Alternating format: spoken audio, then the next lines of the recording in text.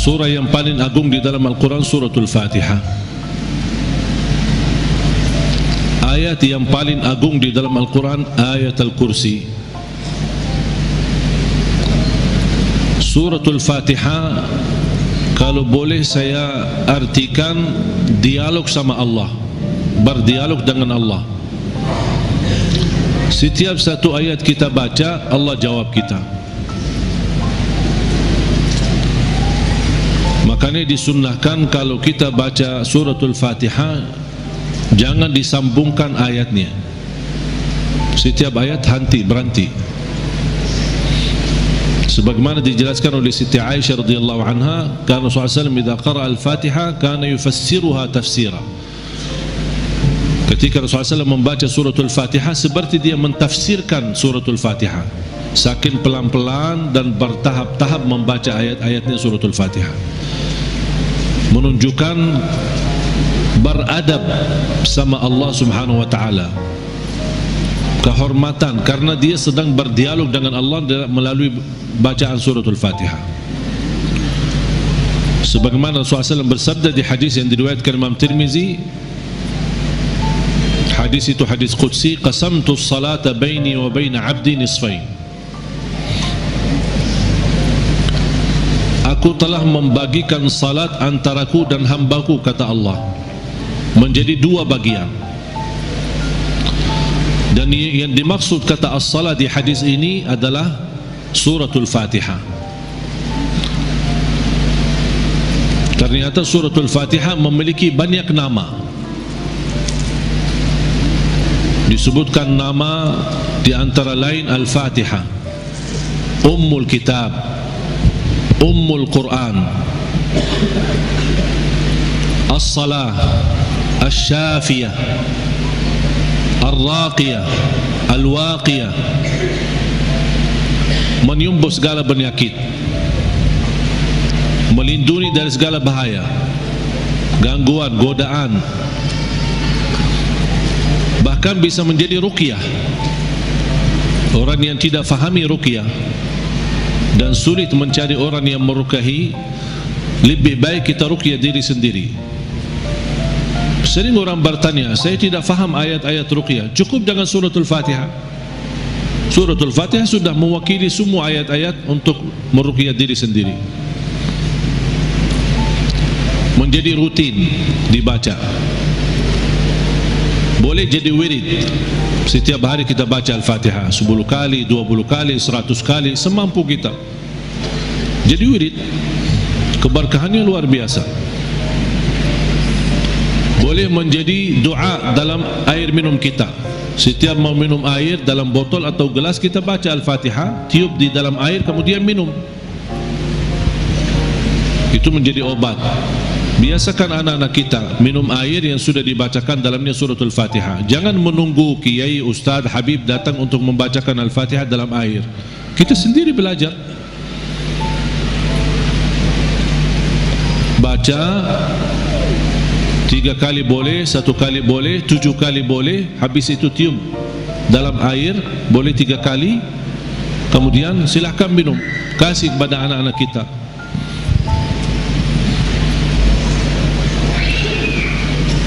Al-Fatihah sebagai obat menyembuhkan penyakit kita. Ada yang merasa gesak di hati, merasa stres kepalanya, boleh taruh tangan yang kanan di atas kepala dan baca Al-Fatihah. Di atas dada kita baca Al-Fatihah. Itu sungguh subhanallah, Al-Quran sebenarnya seluruh Al-Quran, seluruh isi Al-Quran itu obat. Qul huwa lilladzina amanu hudan wa shifa. Sungguh Al-Quran itu petunjuk dan obat, menyembuhkan penyakit bagi orang-orang yang beriman. Berarti Al-Quran menyembuh penyakit hanya berlaku bagi orang yang beriman. Yang tidak beriman tidak berlaku.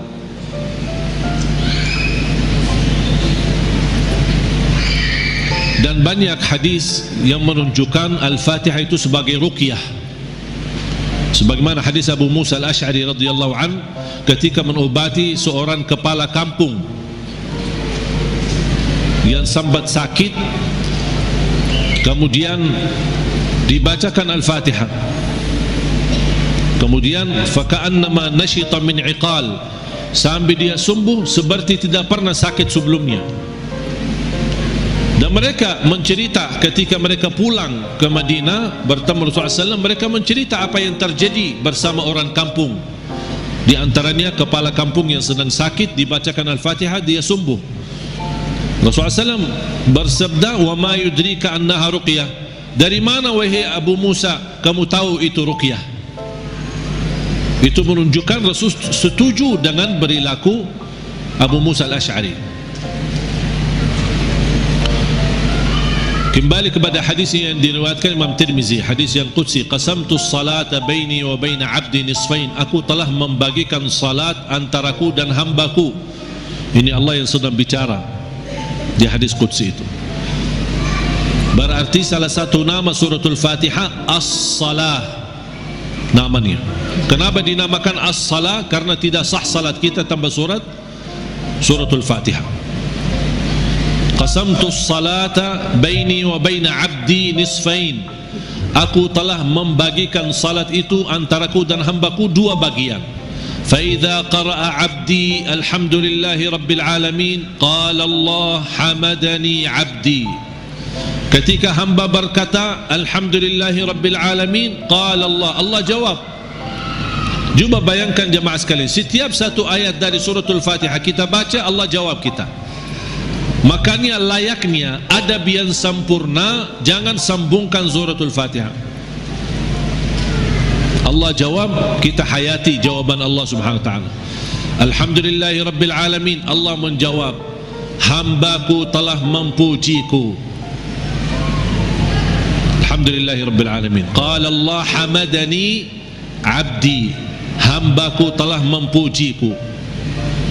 Ar-Rahmanir Rahim, qala Allah majjadani abdi, hambaku telah mengagungkanku. Maliki yaumiddin, qala Allah athna alayya abdi, hambaku telah memuliakanku. Allah jawab setiap ayat. Iyyaka na'budu wa iyyaka nasta'in, Allah jawab, ini antaraku dan hambaku. Na'budu itu Allah, nasta'in kami memohon pertolongan kepada Allah. Berarti ada dua bagian. Ini antaraku dan hambaku kata Allah. Ini ada bagian untukku, ada bagian untuk hambaku. Iyyaka na'budu wa iyyaka nasta'in.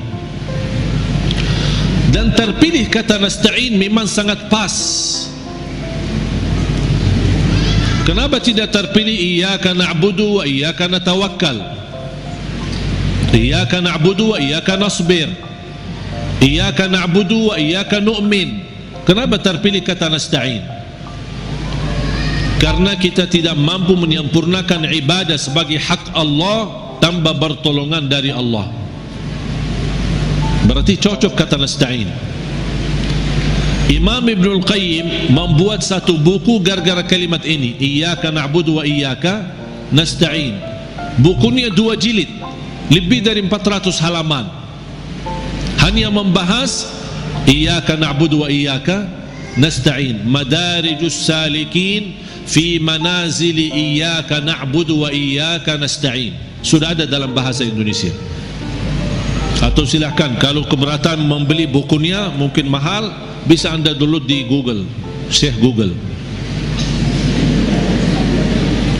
Buka nama bukunya Madarijus Salikin fi Manazili Iyyaka Na'budu wa Iyyaka Nasta'in. Selain buku ini yang sangat bagus yang dimiliki oleh Imam Ibnul Qayyim, buku yang kedua adalah Zadul Ma'ad. Zadul Ma'ad. Kata guru saya, fantasnya dan layaknya setiap orang muslim menyimpan buku ini di samping tidurnya, di tempat tidurnya. Sebelum mau tidur, baca walaupun 1 halaman dari buku itu. Kenapa? Karena buku Zadul Ma'ad termasuk buku yang terbagus membahas ibadah-ibadah dan sehari-hari Nabi Muhammad, dan kita bisa terapkan setiap hari. Ini baca amalannya apa, ini baca amalannya apa, gimana tidurnya Rasul, gimana ibadahnya Rasul, gimana zikirnya Rasul, gimana makanannya Rasul, gimana perginya dan jalannya Rasul. Itu semua dibahas dalam buku itu, Zadul Ma'ad. Silakan buka di Google juga, banyak sih, Google hebat itu, semua ada. Karya Imam Ibnul Qayyim. Kalau anda bisa beli dua buku ini atau bisa download di internet, itu sangat bagus. Sudah ada dalam bahasa Indonesia.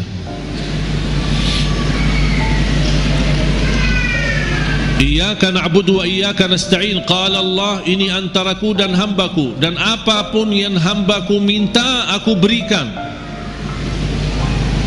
Coba gimana jawaban Allah? Iyyaka na'budu wa iyyaka nasta'in, ini antaraku dan hambaku, apapun hambaku meminta aku berikan. Habis itu apa yang diminta oleh hamba? Minta apa? Ihdinas siratal mustaqim. Tetap Allah masih jawab, ini untuk hambaku.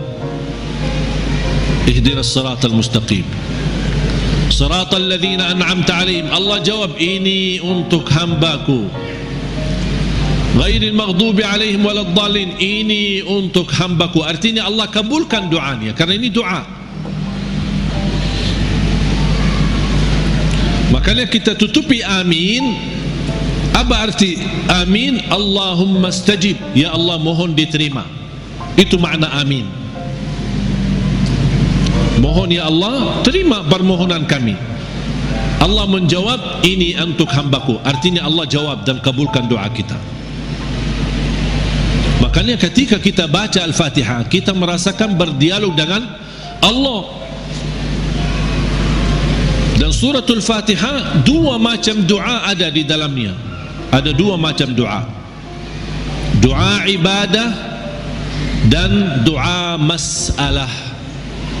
Bukan masalah ya, masalah. Doa ibadah dan doa masalah. Apa beda doa ibadah sama doa masalah? Ini ada dua macam doa, dan dua-duanya ada di dalam suratul Fatihah. Doa ibadah yang isinya memuji Allah tanpa meminta. Doa ibadah memuji Allah tanpa meminta, tidak ada permintaan. Contoh, alhamdulillahi rabbil alamin.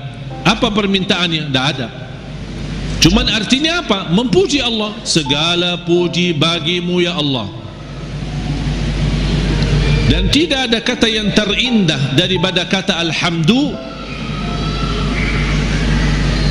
karena alhamdu sudah mewakili semua segala pujian. Artinya jamaah sekalian, kalau ada di antara kita yang tidak faham cara yang terbaik memuji Allah, tidak hafal kata-kata yang panjang dan indah, tidak hafal asmaul husna, aku ingin memuji Allah, cukup satu kata, alhamdulillahi rabbil alamin, mewakili segala pujian. Makanya kata ini sangat luar biasa. Kalau diartikan dalam bahasa Arab, segala puji bagimu ya Allah, artinya semua pujian bagimu ya Allah, segalanya. Makanya disebut kata itu doa ibadah, karena isinya memuji Allah tapi tidak meminta, tidak meminta apa-apa.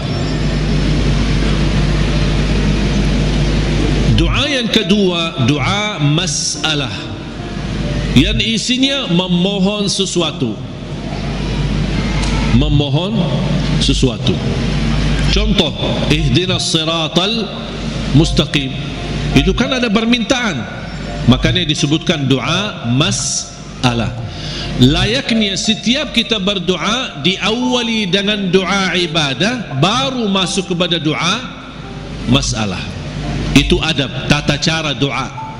Jangan langsung Mau berdoa, ya Allah ampuni, ya Allah. Puji dulu. Karena Allah senang mendengar pujian hamba. Allah senang. Buat Allah senang dulu, baru minta. Dan itu sudah dibuktikan oleh suratul Fatihah. Makanya saya selalu berkata, bagi orang awam yang tidak bisa berdoa, tidak mampu doa, tidak hafal doa, atau tidak memfahami bagaimana bisa berdoa, dia cukup membaca Al-Fatihah mewakili semua doa. Karena isinya doa ibadah ada, memuji Allah tanpa meminta, dan juga ada isinya doa masalah. Boleh enggak saya baca Al-Fatihah supaya anak saya mendapatkan hidayah, supaya anak saya disembuhkan oleh Allah, supaya saya dapat jodoh, supaya saya diberikan kemudahan? Doa. Al-Fatihah mewakili semua doa bagi orang yang tidak faham doa atau tidak bisa berdoa.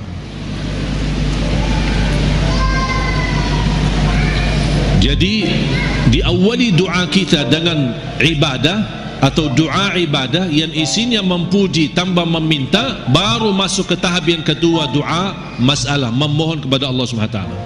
Dan juga tolong jemaah sekalian perhatikan, habis dibacakan Al-Fatihah sampai iyyaka na'budu wa iyyaka nasta'in, belum meminta apa-apa. Kita memuji Allah, mengagungkan Allah, memuliakan Allah, kemudian kita mengaku sebagai hamba Allah, dengan kita ikrarkan iyyaka na'budu, itu hakmu ya Allah, dan kami memohon pertolongan. Dan pertama permohonan pertolongan kepada Allah, dan yang terbaik pertolongan yang kita mohonkan kepada Allah adalah minta hidayah kepada jalan yang lurus. Jemaah sekalian, ayat Al-Fatihah disusun itu betul-betul rapi, tidak sembarangan kata-kata yang terpilih, termasuk meminta hidayah. Kalau kita dapat hidayah, segala urusan kita beres. Karena kata ihdinas siratal mustaqim bukan berarti kita memohon hidayah kepada jalan yang lurus dalam hal agama, itu tidak, bukan hanya itu saja. Tapi ihdinas siratal mustaqim dalam mengurusi rumah tangga, ihdinas siratal mustaqim dalam mendidik anak, ihdinas siratal mustaqim dalam mencari nafkah dan rezeki, ihdinas siratal mustaqim dalam kehidupan kami sehari-hari, ihdinas siratal mustaqim dalam beribadah, ihdinas siratal mustaqim dalam ikhlas, ihdinas siratal mustaqim dalam sabar, ihdinas siratal mustaqim dalam syukur. Semua hal-hal yang kita butuhkan, dunia maupun akhirat, ibadah maupun tidak ibadah, beramal apapun, kita memohon petunjuk hidayah kepada jalan yang lurus. Artinya kita memohon melalui ayat ini, kita berharap segala aktivitas kita bisa mendapatkan yang terbaik di jalan Allah. Ihdinas siratal mustaqim, berilah Allah petunjuk kepada jalan yang lurus, yang terbaik. Yang terbaik ikhlas, yang terbaik rumah tangga, yang terbaik mendidik anak, yang terbaik dalam menjaga diri, yang terbaik melindungi diri, yang terbaik mencari nafkah dan rezeki, yang terbaik mencari kerjaan yang baik, yang terbaik dalam beribadah, yang terbaik dalam tahajud, yang terbaik dalam majlis ilmu, yang terbaik dalam menghafal Al-Quran. Semua kita berharap melalui ihdinas siratal mustaqim sudah termasuk segala yang kita inginkan, dan kita hanya meminta bukan sesuatu yang baik, tapi yang terbaik. Ihdinas siratal mustaqim. Contohnya seperti apa? Siratal ladzina an'amta alaihim, ya Allah kami memohon petunjuk kepada jalan yang lurus sebagaimana ada hamba-hambamu yang telah mendapatkan karunia nikmat-nikmatmu. Siratal ladzina an'amta alaihim, ya Allah kami ingin dapat seperti mereka, seperti Sayyidina Abu Bakar, seperti Sayyidina Umar, seperti Sayyidina Utsman, seperti Sayyidina Ali, seperti Siti Khadijah, seperti Siti Aisyah. Kita ingin seperti mereka. Siratal ladzina an'amta alaihim. Janganlah ya Allah seperti orang-orang yang dimurkai oleh Allah atau orang yang tersesat. Ghairil maghdubi alaihim waladdallin. Ya Allah jauhkan, lindungilah kami dari situ, dari hal-hal yang mendapatkan kemurkaan-Mu. Kami tidak mau. Kami mau sebagaimana hamba-Mu yang telah menerima karunia nikmat-nikmat. Siratal ladzina an'amta 'alaihim. Itu yang kami mau ya Allah. Tapi jangan di jalan orang-orang yang dimurkai Allah dan orang-orang yang tersesat. Apa beda al-maghdubi alaihim waladdallin? Bedanya apa? Orang yang dimurkai Allah sama orang yang tersesat. Orang yang dimurkai Allah yang memiliki kemampuan ilmu tapi tidak menggunakan ilmu untuk mendekatkan diri kepada Allah, sombong. Mereka berilmu, tapi sayang sekali ilmu yang mereka dapatkan hanya ingin menunjukkan kelebihan diri, menunjukkan dirinya sebagai orang yang hebat, bukan untuk digunakan untuk mendekatkan diri kepada Allah. Dan ketua umum majlis al-maghdubi alaihim orang Yahudi. Ketua umum majlisnya orang Yahudi. Yahudi adalah kelompok atau golongan yang berilmu, tapi mereka mendapatkan kemurkaan Allah karena mereka tidak pernah menggunakan ilmu tersebut. Justru kecerdasan mereka dengan kehebatan ilmu mereka, mereka menggunakan untuk mensusahkan umat. Paling hebat ilmu ekonomi Yahudi, paling hebat ilmu media Yahudi. Makanya sekarang mereka seluruh media itu dimiliki oleh Yahudi. Ekonomi dunia dikuasai oleh Yahudi. Karena mereka punya ilmu, tapi mereka kenapa kuasai? Bukan untuk digunakan untuk kemudahan bagi manusia, tapi justru mereka menggunakan untuk kemanfaatan buat mereka sendiri. Makanya Allah murka terhadap mereka. Waladdallin, orang-orang yang tersesat, yang suka mengamalkan amalan-amalan tapi tidak ada ilmunya. Kenapa kamu lakukan? Tidak tahu. Saya cuma suka itu, tapi tidak ada ilmunya. Contohnya ketua umum majlis waladdallin adalah Nasrani. Nasrani ahli ibadah, beda sama orang Yahudi. Kalau Yahudi ahli ilmu, kalau Nasrani ahli ibadah. Bahkan mereka menggunakan rahbaniyah, memaksakan diri beribadah sepanjang hari. Sampai ada yang mendiamkan diri di sebuah tempat yang tidak bisa ditinggalkan, tidak mau nikah, tidak mau makan daging, tidak mau makan ini segala. Ini semua dilakukan oleh mereka. Itu yang tidak ada dasarnya, berlebih-lebihan. Islam melarang kita berlebih-lebihan beribadah. Sebagaimana ada 3 orang ketika datang ke Madinah mendengar betapa ibadah Rasulullah SAW, sambil salat tahajud, sambil bangkak kakinya. Kita pernah enggak bangkak kaki kita? Pernah, ketika begal, capek, urus dunia, bukan karena tahajud. Bagaimana SAW puasanya, gimana SAW tahajudnya, gimana SAW ibadahnya. Ada 3 orang mendengar berita-berita, sambil mereka merasa, aduh, kalau Nabi Muhammad begitu luar biasa ibadah ini, gimana kita? Sambil ada di antara mereka yang berkata, kalau memang begitu ibadah Rasulullah SAW, saya akan berpuasa, tidak akan buka. Artinya mau berpuasa setiap hari, sepanjang hayatnya, sepanjang hidupnya. Bukan tidak makan sama sekali, tetap makan, tapi maksudnya setiap hari mau puasa sambil mati. Yang satu lagi kata orang, saya akan tahajud, tidak akan tidur. Yang ketiga berkata, saya tidak akan nikah. Karena dia merasa terhina, atau merasa dirinya rendah, atau merasa dirinya tidak ada artinya dibanding ibadah Rasulullah SAW. Kalau Rasul saja yang diampuni Allah begitu luar biasa hebat ibadahnya, aku merasa malu, ya udah saya tidak mau nikah. Mengapa? Agar saya kosongkan waktu saya untuk beribadah, mendekatkan diri kepada Allah. Ada di antara mereka yang di riwayat lain disebutkan, saya tidak mau makan daging. Berita ini, percakapan mereka ini, berbicaraan mereka ini sampai ke telinga Rasul. Rasul naik mimbar. Ma balu aqwamin, menapa ada kaum atau berkataan-berkataan seperti ini?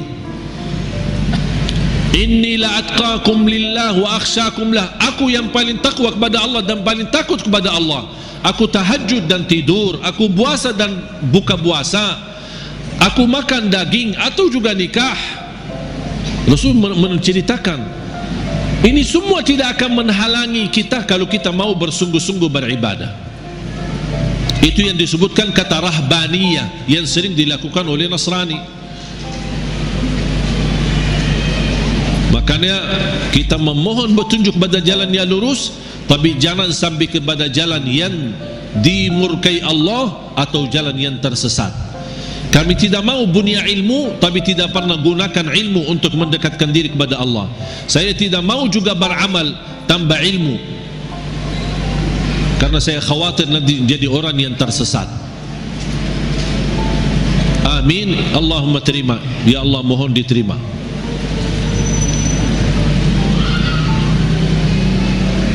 Oleh karena itu jemaah sekalian dimuliakan Allah Subhanahu wa taala, coba betapa mulianya suratul Fatihah.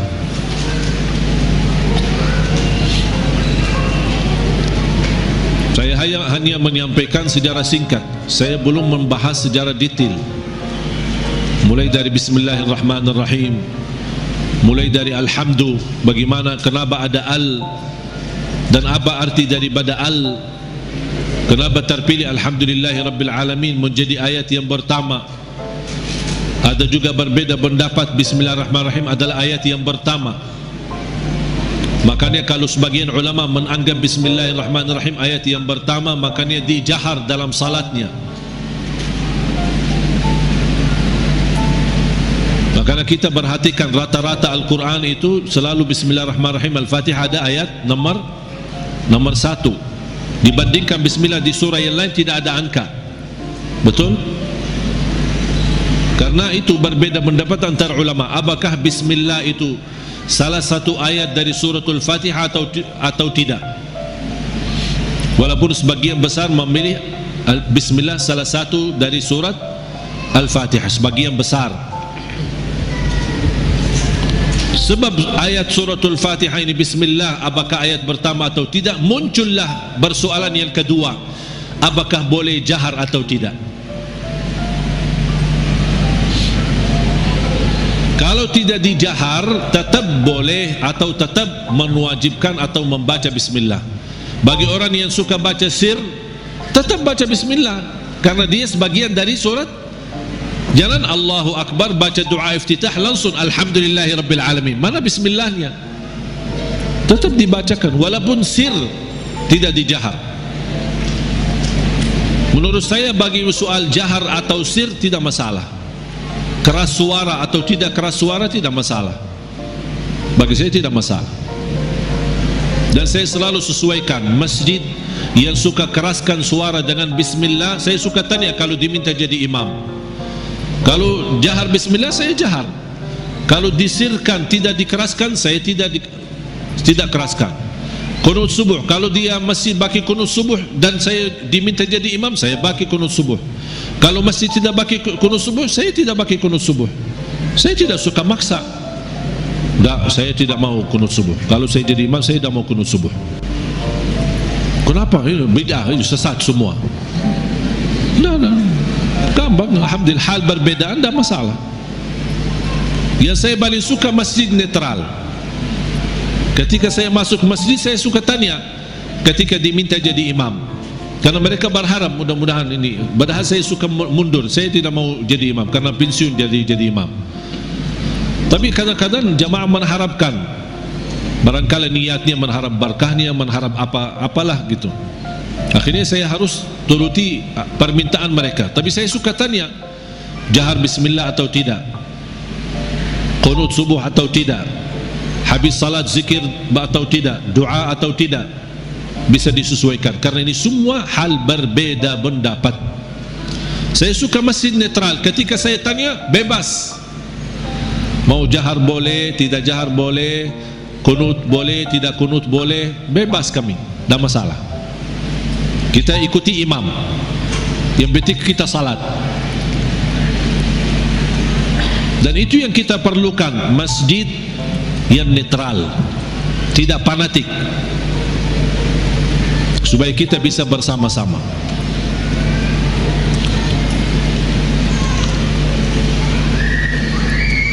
Bismillahirrahmanirrahim. Kalau kita hitungkan Al-Fatihah berapa ayat? Berapa? 7. Itu sudah disepakati. Itu sudah disepakati 7 ayat. Sekarang gimana kita bisa jelaskan? Kalau Bismillah sebagian dari suratul Fatihah, gimana kalau kita hitungkan ayatnya? Ayo kita mari sama-sama hitung. Bismillahirrahmanirrahim 1, Alhamdulillahirabbil alamin 2, Ar-Rahmanir-Rahim 3, Maliki Yaumiddin 4, Iyyaka na'budu wa iyyaka nasta'in 5, Ihdinas siratal mustaqim 6. Berarti tinggal berapa? 1 ayat. Siratal ladzina an'amta 'alaihim ghairil maghdubi 'alaihim waladdallin. 1. Berarti jadi berapa? 7. Bagi ulama yang pendapat Bismillah tidak sebagian dari suratul Fatihah, tidak dihitung sebagian dari ayat suratul Fatihah, berarti ayo coba kita hitung. Kalau dikeluarkan Bismillah, mari kita hitung ayat pertama apa? Alhamdulillahirabbil alamin 1, terus Ar-Rahmanir-Rahim 2, terus 3, 4, 5.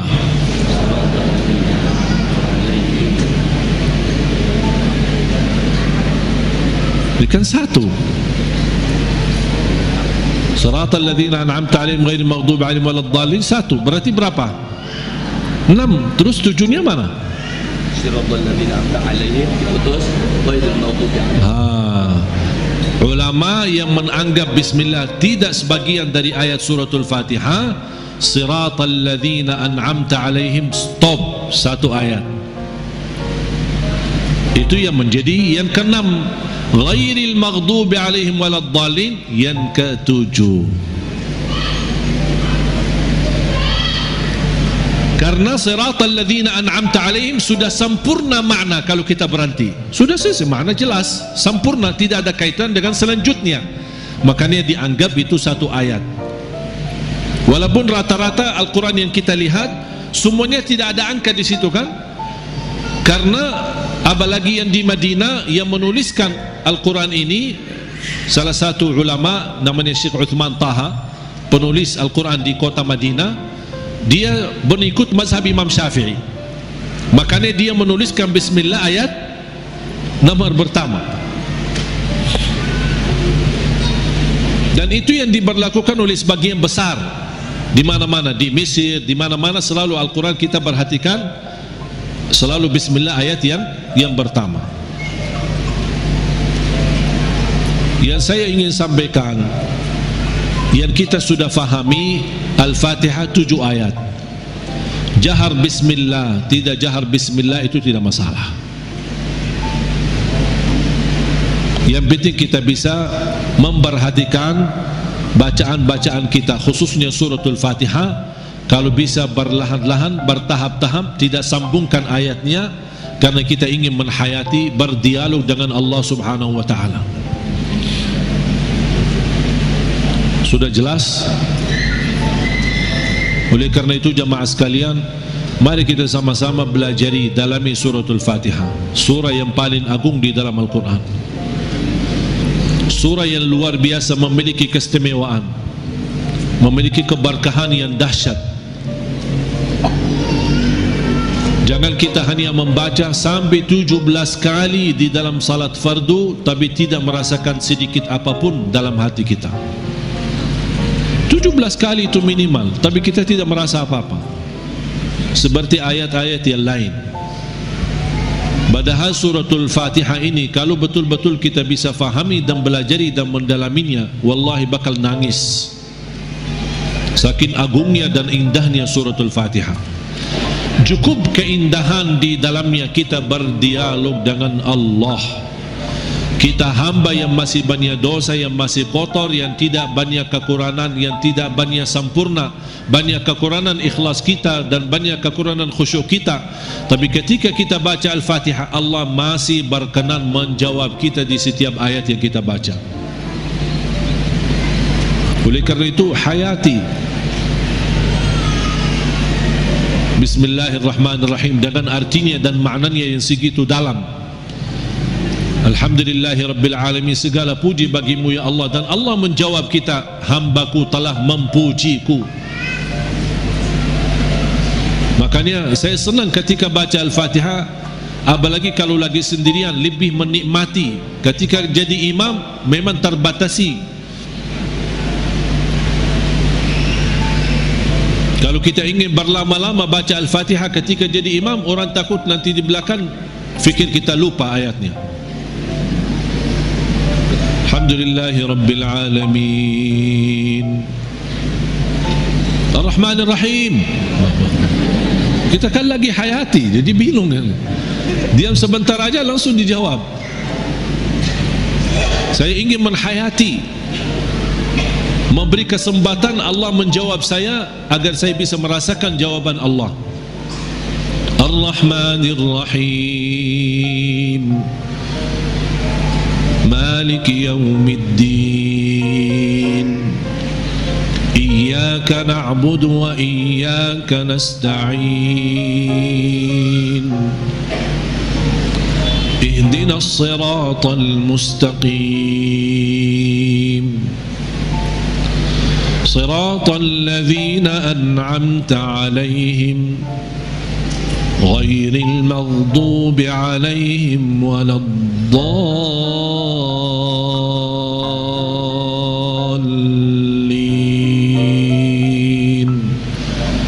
Amin.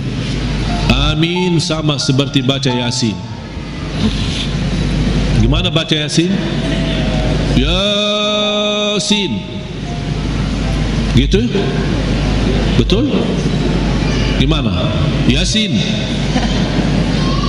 Gimana baca Yasin? Yasin. Amin. Kita sering waladdallin.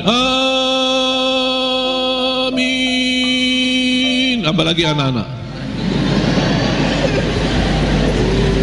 Amin. Yasin.